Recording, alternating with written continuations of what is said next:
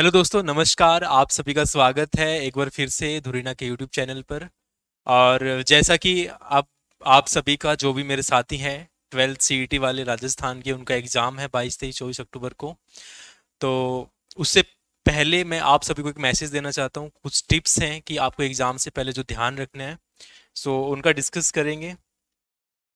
तो देखो, आपका एग्ज़ाम है सीईटी 12th लेवल वालों को, जो भी स्टूडेंट्स हैं। तो आपको कुछ चीज़ों का ध्यान रखना है एग्ज़ाम से पहले। ठीक है। वो ये कि जो सीटी है आपका, वो एक क्वालिफाई नेचर का है। ठीक है, क्या है आपका ये? क्वालिफाइंग नेचर का है। ठीक है। और एक आपको ये पॉलिसी ध्यान में रखनी है कि इस बार जो भी बच्चे एग्जाम देंगे और जो भी क्वालिफाई करेंगे, वो अपकमिंग वैकेंसीज में, यानी कि अपकमिंग जो भी आपकी भर्ती होगी उसमें बैठ सकते हैं। ठीक है। अपकमिंग वैकेंसीज में बैठ सकते हैं। तो आपका मेन गोल क्या होना चाहिए? क्वालिफाई करना। ठीक है, आपको स्ट्रेस नहीं लेना।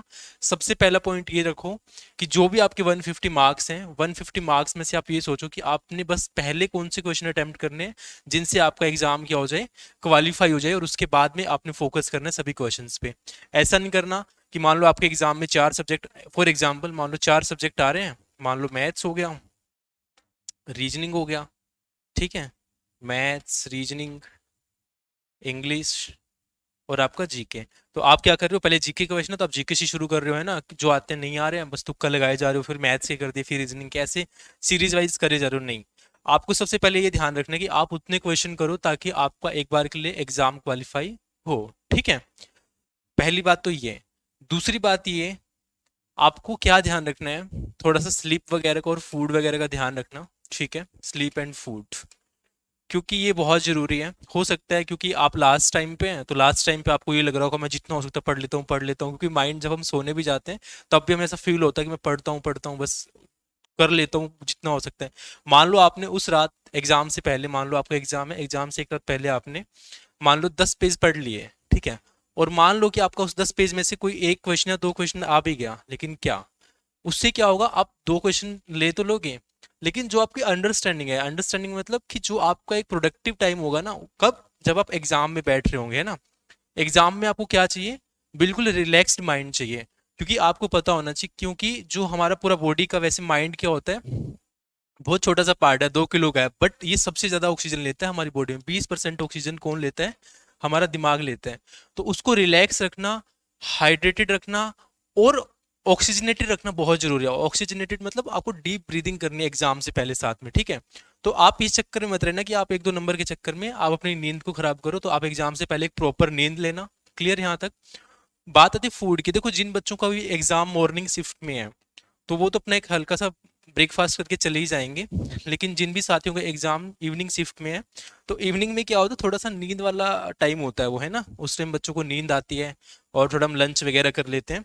तो उस टाइम थोड़ा ध्यान रखना कि आप लाइट फूड खाएं, है ना, ताकि आपको नींद वगैरह ना आए, और थोड़ा सा प्रोडक्टिव रहना, रिलैक्स रहना और स्लीप लेके जाना, सो दैट आप अच्छे से परफॉर्म कर पाओ। तो कुछ चीज़ें आपको ये ध्यान रखनी है। साथ में ये कि अभी आप न्यू पढ़ने पे फोकस ना करें। ठीक है, अभी आपके एग्जाम में 3-4 दिन है, तो अभी आप न्यू मत पढ़ें। आपने जितना पढ़ना था न्यू पढ़ लिया। अब बस आपने जो पढ़ लिया है उसका क्या करो, रिवीजन करो। ठीक है, क्या करो? रिवीजन करो, बस आपको ये करना है। और एक मेरी तरफ से टिप आपके लिए और है कि आप आपके एग्जाम से, मान लो आपका एग्जाम 22 तारीख को है, तो आप 21 तारीख को पढ़ना ही मत।